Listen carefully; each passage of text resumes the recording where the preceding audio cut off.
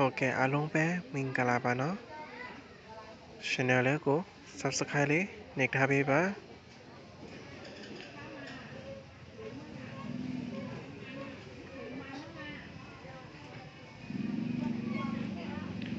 ဆောရက်နေ့9လ2026ပါတနင်္လာနေ့အတွင်းနော်တနင်္လာအဖွင့်နေ့ပါတနေ့ကုန်စားပါ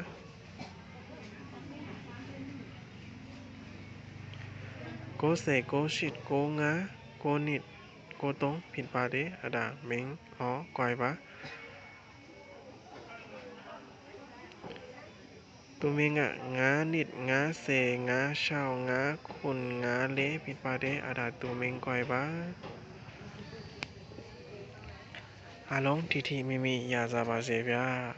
ကျေးဇူးအများကြီးတင်ပါတယ်